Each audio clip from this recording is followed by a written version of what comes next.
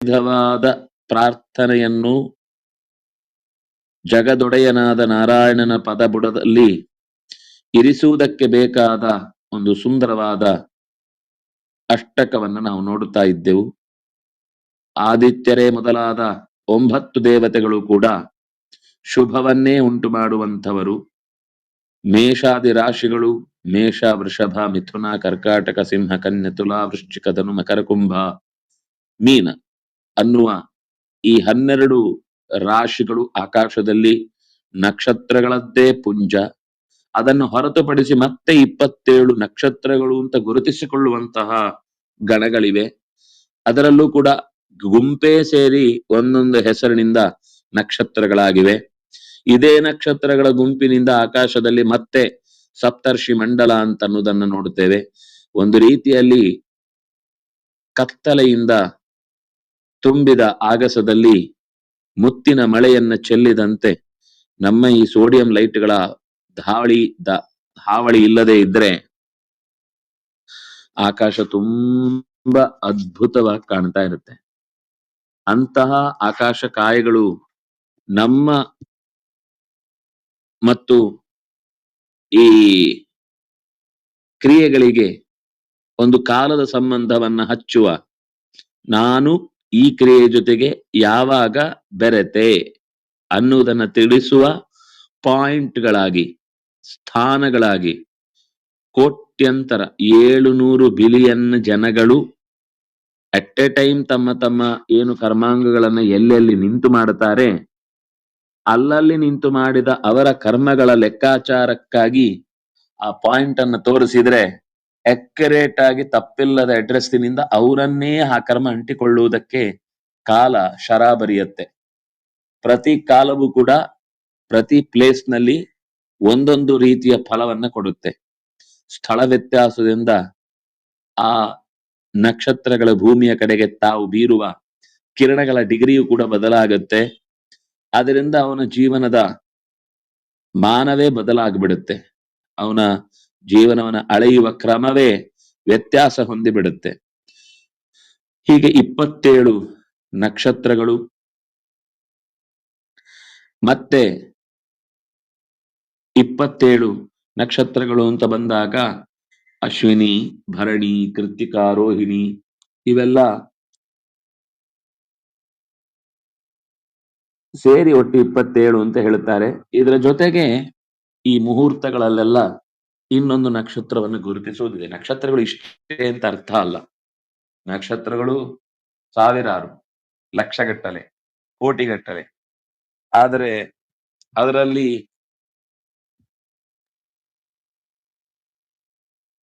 ಕೆಲವು ನಮಗೆ ಉಪಯೋಗಕ್ಕೆ ಬೀಳುವಂಥದ್ದು, ಕೆಲವು ನಮಗೆ ಉಪಯೋಗಕ್ಕೆ ಬಾರದಂಥವುಗಳು. ಬಾರದಂಥದ್ದು ಅಂದ್ರೆ ನಮ್ಗೆ ನೇರ ಗೊತ್ತಾಗಲ್ಲ ಅಷ್ಟೇ, ಉಪಯೋಗ ಇದ್ದೇ ಇರುತ್ತೆ. ಅದರಿಂದ ಪ್ರಯೋಜನವನ್ನು ಮನುಷ್ಯ ಪಡೆಯದೆ ಬರುವುದು ಸಾಧ್ಯವೇ ಇಲ್ಲ.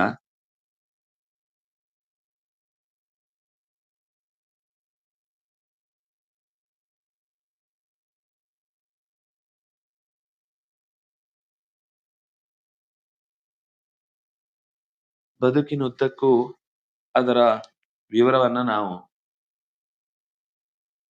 ಪಡೆಯದೇ ಇರಬಹುದು. ಅಂದ ಮಾತ್ರಕ್ಕೆ ಅದು ನಮಗೆ ಉಪಕಾರ ಮಾಡುತ್ತಾ ಇಲ್ಲ ಅಂತ ಅರ್ಥ ಅಲ್ಲ. ಆದ್ರಿಂದಾಗಿ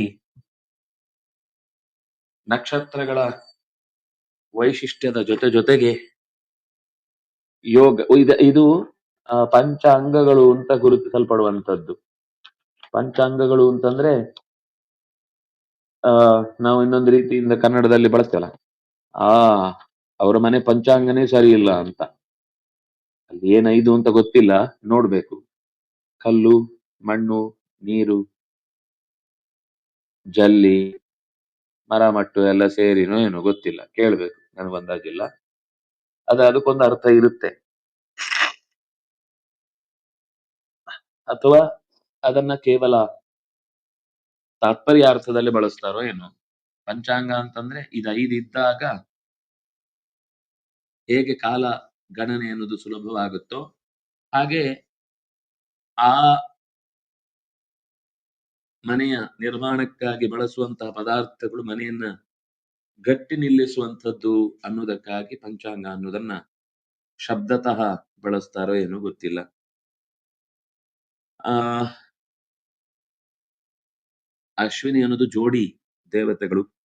ಭರಣಿ, ಕೃತ್ತಿಕ, ರೋಹಿಣಿ, ಮೃಗಶಿರ, ಆರ್ದ್ರ, ಪುನರ್ವಸು, ಪುಷ್ಯ, ಆಶ್ಲೇಷ, ಮಖ, ಉಬ್ಬ, ಉತ್ತರ, ಹಸ್ತ, ಚಿತ್ತ, ಸ್ವಾತಿ, ವಿಶಾಖ, ಅನುರಾಧ, ಜ್ಯೇಷ್ಠ,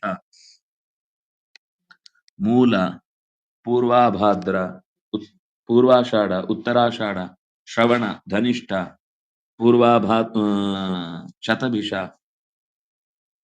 ಪೂರ್ವಾಭಾದ್ರ, ಉತ್ತರಾಭಾದ್ರ, ರೇವತಿ. ಇದು 27 ನಕ್ಷತ್ರಗಳಾದ್ರೆ ಮತ್ತೆ 27 ಯೋಗಗಳಿವೆ. ಅದರ ಜೊತೆಗೆ 15 ತಿಥಿಗಳಿವೆ. ಅಲ್ಲ, ಇಷ್ಟನ್ನ ಹೇಳಿದ್ಯಾಕೆ?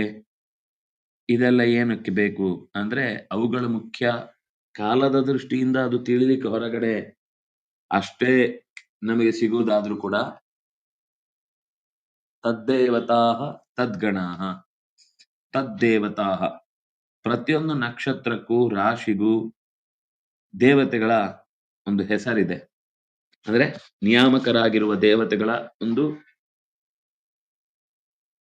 ಪರಿಚಯಾತ್ಮಕವಾದ ಸಂಗತಿಗಳನ್ನ ನಾವು ಜ್ಯೋತಿಷದಲ್ಲಿ ತುಂಬಾ ಕಾಣ್ತೇವೆ.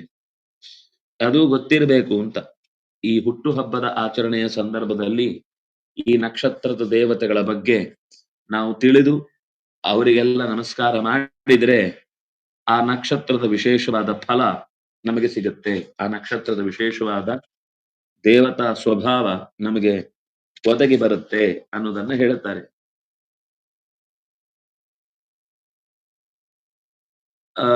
ಮಾಸಗಳು ಮತ್ತೆ 12, ರಾಶಿಗಳು 12 ಹೇಗೋ ಹಾಗೆ ಮಾಸಗಳು 12. ಇದರಲ್ಲಿ ಭಾನು ಮತ್ತೆ ವಾಸರಗಳಿವೆ. ವಾಸರಗಳು ಅಂತ ಬಂದಾಗ ಅದು ಕೂಡ ಹಾಗೆ ದಿವಸ ಅಂತ ನಾವು ಅದನ್ನು ಕರಿತೇವೆ. ಆದಿತ್ಯವಾರಕ್ಕೆ ಶಿವ ದೇವತೆ ಆದರೆ ಸೋಮವಾರಕ್ಕೆ ದುರ್ಗಾ ದೇವತೆ, ಮಂಗಳವಾರಕ್ಕೆ ಬೃಹಸ್ಪತಿ, ಬುಧವಾರಕ್ಕೆ ವಿಷ್ಣು, ಗುರುವಾರಕ್ಕೆ ಚತುರ್ಮುಖ, ಶುಕ್ರವಾರಕ್ಕೆ ಲಕ್ಷ್ಮಿ, ಜೊತೆಗೆ ಶನಿವಾರಕ್ಕೆ ಕುಬೇರ. ಇದು ವಾರದ ದೇವತೆಗಳನ್ನ ಗುರುತಿಸುವಂತಹದ್ದು. ಈ ಸಂವತ್ಸರದ ಅಭಿಮಾನಿ ದೇವತೆಗಳು ಅಂತ ಹೇಳುವುದಿದೆ. ಅದು ಅದೇ ಹೆಸರಿನಿಂದ ಆಯಾ ದೇವತೆಗಳನ್ನು ಗುರುತಿಸ್ತಾರೆ. ಪ್ರಭವ, ವಿಭವ ಇತ್ಯಾದಿ ಏನು ನಾವು 60 ಸಂವತ್ಸರಗಳನ್ನು ಹೇಳುತ್ತೇವೆ. ಶುಕ್ಲ, ಪ್ರಮೋದ, ಪ್ರಜಾಪತಿ, ಅಂಗಿರಸ್, ಶ್ರೀಮುಖ, ಭಾವ, ಯುವ, ಧಾತ ಇತ್ಯಾದಿಗಳೆಲ್ಲ ಅದೇ ರೀತಿ ನಕ್ಷತ್ರಗಳಿಗೂ ಕೂಡ ಅದೇ ಹೆಸರಿನಿಂದಲೇನೆ ಆ ನಕ್ಷತ್ರಗಳನ್ನು ಗುರುತಿಸುವುದಾದ್ರೂ ಆ ನಕ್ಷತ್ರದ ಅಭಿಮಾನಿ ದೇವತೆಗಳು ಅಂತ ಮತ್ತೆ ಪ್ರತ್ಯೇಕವಾಗಿ ಗುರುತಿಸಲ್ಪಡುವಂತದ್ದಿದೆ. ಅಶ್ವಿನಿ ದೇವತೆಗಳು, ಭರಣಿಗೆ ಯಮ, ಕೃತ್ತಿಕೆಗೆ ಅದಕ್ಕೆ ಅಗ್ನಿ ನಕ್ಷತ್ರ ಅಂತಾನೆ ಕರೀತಾರೆ. ಇದು ಗೊತ್ತಿದ್ರೆ ಎಷ್ಟೋ ಸರ್ತಿ ಪುರಾಣಗಳಲ್ಲಿ ಅಗ್ನಿ ನಕ್ಷತ್ರದಲ್ಲಿ ಹುಟ್ಟಿಬಿಟ್ಟ ಸ್ಕಂದ ಅಂತ ಹೇಳ್ತಾರೆ. ಹಾಗಂದ್ರೆ ಏನು ಅಂತ ಗೊತ್ತಾಗುದಿಲ್ಲ.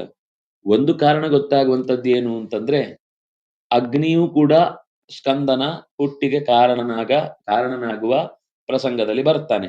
ಹಾಗಾಗಿ ಕೃತ್ತಿಕಾ ಅಗ್ನಿ, ರೋಹಿಣಿ ಪ್ರಜಾಪತಿ, ಮೃಗಶಿರಸ್ಸಿಗೆ ಚಂದ್ರ, ಆರ್ದ್ರ ರುದ್ರ, ಪುನರ್ವಸು ಅದಿತಿ, ಪುಷ್ಯ ಬೃಹಸ್ಪತಿ, ಆಶ್ಲೇಷ ಈ ಸರ್ಪಗಣ,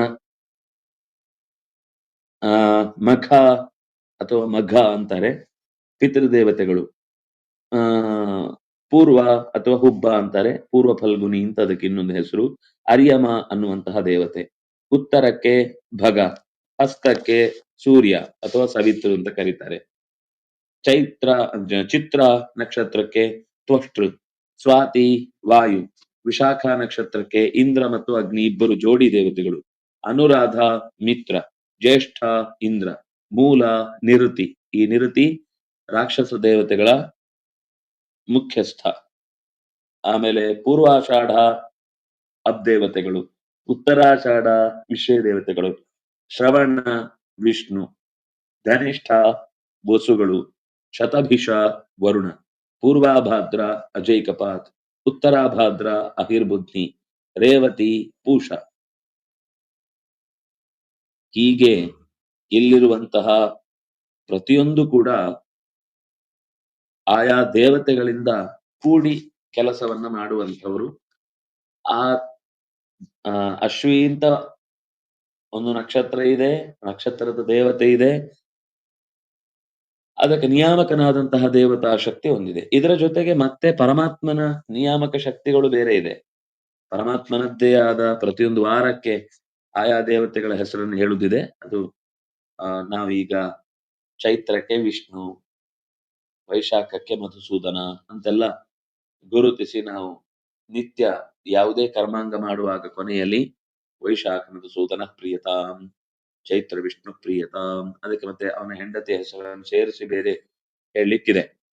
ಪ್ರತಿಪತ್ ಅನ್ನೋದು ನಾವು ಪಾಡ್ಯ ಅಂತ ಹೇಳುವುದಕ್ಕೆ ಪರ್ಯಾಯವಾಗಿ ಬಳಸುವಂಥದ್ದು. ಪ್ರತಿಪತ್ನ ದೇವತೆ ಅಗ್ನಿ, ದ್ವಿತೀಯ ಬ್ರಹ್ಮ, ತೃತೀಯ ಗೌರಿ, ಚತುರ್ಥಿ ಗೊತ್ತಿದೆ ವಿನಾಯಕ, ಪಂಚಮಿ ನಾಗಗಳು, ಷಷ್ಠಿ ಸುಬ್ರಹ್ಮಣ್ಯ, ಸಪ್ತಮಿ ಸೂರ್ಯ, ಅಷ್ಟಮಿ ಸದ್ಯೋಜಾತ, ನವಮಿ ದುರ್ಗಾ, ದಶಮಿ ಶೇಷ, ಏಕಾದಶಿ ಧರ್ಮ, ದ್ವಾದಶಿ ವಿಷ್ಣು, ತ್ರಯೋದಶಿ ಕಾಮ, ಚತುರ್ದಶಿ ಶಿವ, ಪೂರ್ಣಿಮಾ ಚಂದ್ರ, ಅಮಾವಾಸ್ಯ ಪಿತೃಗಳು. ಇದಿಷ್ಟು ತಿಥಿಯ ದೇವತೆಗಳು. ಇನ್ನು ಯೋಗಗಳು ಇದೆ, ಅದನ್ನೊಂದ್ಸಲ ಓದಿ ಬಿಡ್ತೇನೆ.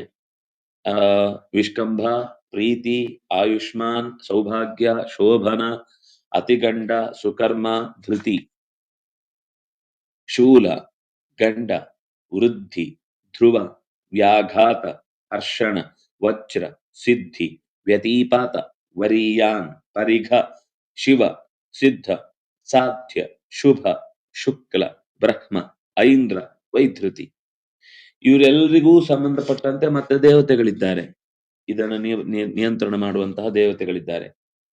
ಇನ್ನು ಕರಣಗಳು 11: ಭವ, ಬಾಲವ, ಕೌಲವ, ತೈತಿಲ, ಗರ, ವಣಿಕ್, ಭದ್ರ, ಶಕುನಿ, ಚತುಷ್ಪಾತ್, ನಾಗವಾನ್, ಕಿಂಸ್ತುಘ್ನ. ಇದು ನೀವು ಪಂಚಾಂಗ ನೋಡಿದ್ರೆ ಈ ಹೆಸರುಗಳನ್ನ ಶಾರ್ಟ್ ಮಾಡಿ, ಈಗ ಅನುರಾಧ ಅಂತಿದ್ರೆ ಅಕಾರಕ್ಕೆ ನ ಒತ್ತು ಕೊಟ್ಟಿರ್ತಾರೆ. ಪುಷ್ಯ ಅಂದ್ರೆ ಬರೀ ಪೂ ಅಂತ ಕೊಟ್ಟಿರ್ತಾರೆ. ಈಗ ಹಸ್ತ ಇದ್ರೆ ಹಕಾರಕ್ಕೆ ತ ಒತ್ತು ಕೊಟ್ಟಿರ್ತಾರೆ. ಪೂರ್ವಾಷಾಢ ಅಂತಿದ್ರೆ ಪೂ ಅನ್ನೋದ್ರ ಕೆಳಗೆ ಶ ಅಂತ ಒತ್ತಕ್ಷರ ಬರೆದಿರ್ತಾರೆ. ಹಾಗೇನೆ ವೈಧೃತಿ ಇಂತಿದ್ರೆ ವೈ ಅನ್ನುವ ಯೋಗದ ಹೆಸರು. ವಿಷ್ಕಂಭ ವಕಾರಕ್ಕೆ ಕ ಒತ್ತು ಕೊಟ್ಟಿರ್ತಾರೆ. ಹೀಗೆ ಇದಕ್ಕೆಲ್ಲ ಮತ್ತೆ ಪ್ರಾಣಿಗಳ ರೂಪ ಇದೆ ಈ ಕರಣಗಳಿಗಾಗುವಾಗ. ಭವ ಅನ್ನೋದು ಸಿಂಹ, ಬಾಲವ ಹುಲಿ, ಕೌಲವ ಹಂದಿ, ತೈತಿಲ ಕತ್ತೆ, ಗರ ಅನ್ನೋದು ಆನೆ, ವಣಿಕ್ ಅನ್ನೋದು ಎಮ್ಮೆ, ಭದ್ರ ಅನ್ನೋದು ಕುದುರೆ, ಶಕುನಿ ಅನ್ನೋದು ನಾಯಿ, ಚತುಷ್ಪ ಅನ್ನೋದು ಎತ್ತು, ನಾಗವಾನ್ ಸರ್ಪ, ಕಿಂಸುಗ್ನ ಕೋಳಿ. ಇದಕ್ಕೆ ಸಂಬಂಧಪಟ್ಟ ದೇವತೆಗಳಿದ್ದಾರೆ. ಮತ್ತೆ ಭಗವಂತನ ಅತ್ಯಂತ ಭಕ್ತನಾದ ರುದ್ರದೇವನ 11 ರೂಪಗಳೇ ಈ ಯೋಗಗಳನ್ನು ನಿಯಂತ್ರಿಸುವಂತಹವುಗಳು. ಅಥವಾ ಆ ರುದ್ರ ಗಣದಲ್ಲಿ 11 ಜನ ಇದ್ದಾರೆ, ಅವರನ್ನು ಕೂಡ ಈ ದೇವತಾ ಶಕ್ತಿಗಳಾಗಿ ನಿರೂಪಣೆ ಮಾಡುವುದಿದೆ. ಇನ್ನು ಇದರ ಆವೃತ್ತಿಯ ಕ್ರಮವನ್ನ ಒಂದು ಹೇಳ್ಬೇಕು, ಅಂದ್ರೆ ಅದು ಬೋರ್ಡ್ ಇದ್ರೆ ಚಂದ ಅಂತ ಅನ್ಸುತ್ತೆ. ಪಾಡ್ಯ ಸಂಜೆ ಅಂದ್ರೆ ಮಧ್ಯ ರಾತ್ರಿ ಮೇಲೆ ಭವ ಇರುತ್ತೆ, ಬಿದಿಗೆ ಕೌಲವ, ತದಿಗೆ ಗರ, ಚೌತಿ ಭದ್ರ, ಪಂಚಮಿ ಬಾಲವ, ಷಷ್ಠಿ ತೈತಿಲ. ಅಂದ್ರೆ ಕರಣಗಳು ಯಾವ್ಯಾವ ದಿವಸಕ್ಕೆ ಏನೇನು ಸೇರ್ಕೊಳ್ಳುತ್ತೆ ಅಂತ.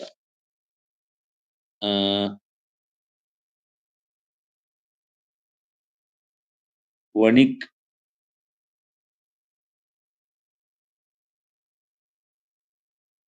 ಇದರಲ್ಲಿ ಆವೃತ್ತಿಯ ಕ್ರಮವನ್ನ ಅದು ಬಿಡಿಸಿ ಹೇಳದೇ ಇದ್ರೆ ನಿಮ್ಗೆ ಅರ್ಥ ಆಗಲ್ಲ. ಸರಿ ಬಿಡಿ, ತೊಂದರೆ ಇಲ್ಲ. ಆದ್ರೆ 11 ದಿವಸ ಅಂತ ಅನ್ನೋದು ರಿಪೀಟ್ ಆಗುದು 11 ದಿವಸಕ್ಕಲ್ಲ, ಅದರ ಕೊನೆಯ 4 ಭಾಗಗಳು, ಕೊನೆಯ 4 ಅಂಶಗಳು ಅರ್ಧ ದಿವಸಕ್ಕೆ ಸೇರಿಕೊಂಡು ಒಂದು ಕರಣಗಳಾಗಿ ಅದನ್ನ ಗುರುತಿಸ್ತಾರೆ. ಅಂದ್ರೆ ಮೊದಲ 7 ದಿವಸಕ್ಕೆ ಕರಣಗಳು, ದಿನಕ್ಕೆ 2 ಹಾಗೆ ಅದು ತಿರುಗ್ತಾ ಹೋಗುತ್ತೆ. ತಿಂಗಳಲ್ಲಿ 8 ಬಾರಿ ಈ ಕರಣಗಳು ಬದಲಾಗ್ತಾ ಇರುತ್ತೆ. ಭವದಿಂದ ಭದ್ರದ ತನಕ ಅದು ಚರ, ಅನಂತರದ 4 ಸ್ಥಿರ. ಹೀಗೆ ತಿಂಗಳಲ್ಲಿ ಈ 4 ಕರಣ ಮಾತ್ರ ಸ್ಥಿರವಾಗಿ ಬರುತ್ತೆ. ಉಳಿದವು 8 ಬಾರಿ ಆವೃತ್ತಿಗೊಳ್ಳುತ್ತೆ. ಅದನ್ನು ನೀವು ಪಂಚಾಂಗ ನೋಡ್ತಾ ಹೋದ್ರೆ ನೀವು 4 ಸಲ ನೋಡಿದ್ರೆ ಅರ್ಥ ಆಗುತ್ತೆ ಇಲ್ಲೇನೋ ಸ್ಪೆಷಲ್ ಇದೆ ಅಂತ. ಆಮೇಲೆ ಅಶ್ವಿನ್ಯಾದಿ ನಕ್ಷತ್ರಗಳನ್ನು ಕೂಡ ಒಂದೊಂದು ನಕ್ಷತ್ರವನ್ನು 4 ವಿಭಾಗ ಮಾಡಿ, ಆ 4 ವಿಭಾಗಗಳು 9 ಎಲ್ಲಿಗೆ ಮುಗಿಯುತ್ತೋ ಅಲ್ಲಿಗೊಂದು ರಾಶಿ ಅಂತ ಪರಿಕಲ್ಪಿಸಿ, ಅಶ್ವಿನಿ ಭರಣಿ ಅನ್ನೋದು 2 ಸೇರಿ, ಆಮೇಲೆ ಕೃತ್ತಿಕೆಯ 1 ಸೇರಿದ್ರೆ 9 ಭಾಗ ಆದ್ರೆ ಅದು ಮೇಷ. ಕೃತ್ತಿಕೆಯ ಉಳಿದ 3, ರೋಹಿಣಿಯ 4, ಮೃಗಶಿರಸ್ನ 2 ಅದು ವೃಷಭ. ಮೃಗಶಿರಸ್ನ 2, ಆರ್ದ್ರಾದ 4, ಪುನರ್ವಸುವಿನ 3 ಅಂದ್ರೆ ಅದು ಮಿಥುನ. ಪುನರ್ವಸುವಿನ 1, ಪುಷ್ಯದ 4, ಆಶ್ಲೇಷದ 4 ಇದ್ರೆ ಅದು ಕರ್ಕಾಟಕ. ಹೀಗೆ ಇದರ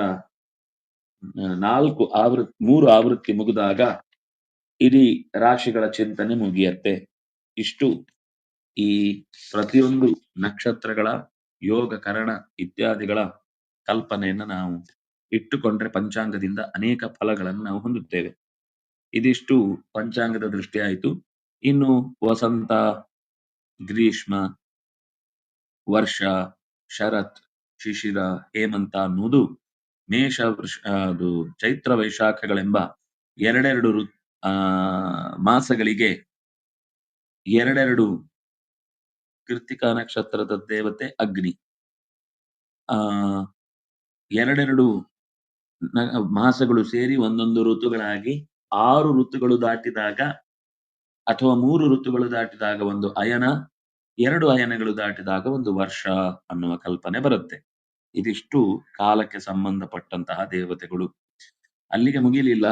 ಕಾಲದ ದೇವತೆಗಳು ಹಗಲು ಅಂತ ಇದ್ರೆ ಅದನ್ನ 8 ವಿಭಾಗ ಮಾಡುವುದಿದೆ. ಅದನ್ನ ಮತ್ತೆ 60 ಗಳಿಗೆ ಅಂತ ಮಾಡುವುದಿದೆ.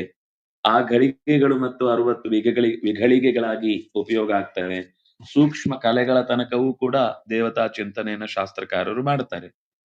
ಆದ್ರೆ ಮುಖ್ಯವಾಗಿ ಒಂದು ಹಗಲು ರಾತ್ರಿ ಅಂತ 2 ಭಾಗ ಆದ್ರೆ ಅದರ ಸಂಧ್ಯೆಗಳು ಮತ್ತೆ 2 ಮುಖ್ಯವಾದ ಭಾಗ. ಇವೆಲ್ಲದಕ್ಕೂ ಒಂದು ಪ್ರತ್ಯೇಕವಾದ ನಿಯಾಮಕ ದೇವತಾ ಶಕ್ತಿಗಳಿವೆ. ಆ ದೇವತೆಗಳ ಗುಂಪನ್ನ ಪ್ರಾರ್ಥಿಸಿ ಹೇಳುವಂಥದ್ದು ಸರ್ವೇ ಸ್ಥಾವರ ಜಂಗಮಾಹ. ಎಲ್ಲ ಸ್ಥಾವರ ಜಂಗಮಗಳು ನಮಗೆ ಪ್ರತಿದಿನವೂ ಕೂಡ, ಯಾಕೆಂದ್ರೆ ಇವಿಷ್ಟು ಕೂಡ ಒಂದೇ ದಿವಸ ಬರದೇ ಇದ್ರೂ ಕೂಡ ಇವುಗಳ ಪರ್ಮಿಟೇಷನ್ ಕಾಂಬಿನೇಷನ್ ನಿಂದ ಪ್ರತಿದಿನವೂ ಬೇರೆಯದೇ ಆದ ಒಂದು ಯೋಗವನ್ನ ನಮ್ಮ ಜೀವನದಲ್ಲಿ ತಂದು ಕೊಡ್ತಾ ಇರುತ್ತೆ. ಆದ್ರಿಂದಾಗಿ ಅಷ್ಟರ ರಿಪಿಟೇಷನ್ ನಿಂದ ಏನು ನಮ್ಮ ಬದುಕಿಗೆ ಮಾಂಗಲ್ಯ ಉಂಟಾಗತ್ತೆ, ಅದು ಪ್ರತಿದಿನವೂ ಒಂದಲ್ಲ ಒಂದು ರೀತಿಯಿಂದ ಒಂದಲ್ಲ ಒಂದು ದೇವತೆಗಳ ಸಂಬಂಧ ನಮಗಿದೆ. ಅದು ನಮಗೆ ರಕ್ಷಣೆ ನೀಡಲಿ ಅನ್ನುವ ಪ್ರಾರ್ಥನೆಯನ್ನ ಈ ಪದ್ಯ ಮಾಡ್ತಾ ಇದೆ. ಇದರ ಇನ್ನು ಒಂದು ಶ್ಲೋಕ ಬಾಕಿ ಉಳಿದಿದೆ, ಅದನ್ನ ಮತ್ತೆ ನಾಳೆ ದಿವಸ ನೋಡೋಣ ಅಂತ ಹೇಳ್ತಾ, ಕಾಯೇನ ವಾಚಾ ಮನಸಾ ಇಂದ್ರಿಯರ್ವಾ ಬುದ್ಧ್ಯ ಆತ್ಮನಾವಾನುಸೃತ ಸ್ವಭಾವ ಕರೋಮಿ ಯದ್ಯತ್ ಸಕಲಂ ಪರಸ್ಮೈ ನಾರಾಯಣಾಯ ಸಮರ್ಪಯಾಮಿ. ಶ್ರೀಕೃಷ್ಣಾರ್ಪಣಮಸ್ತು.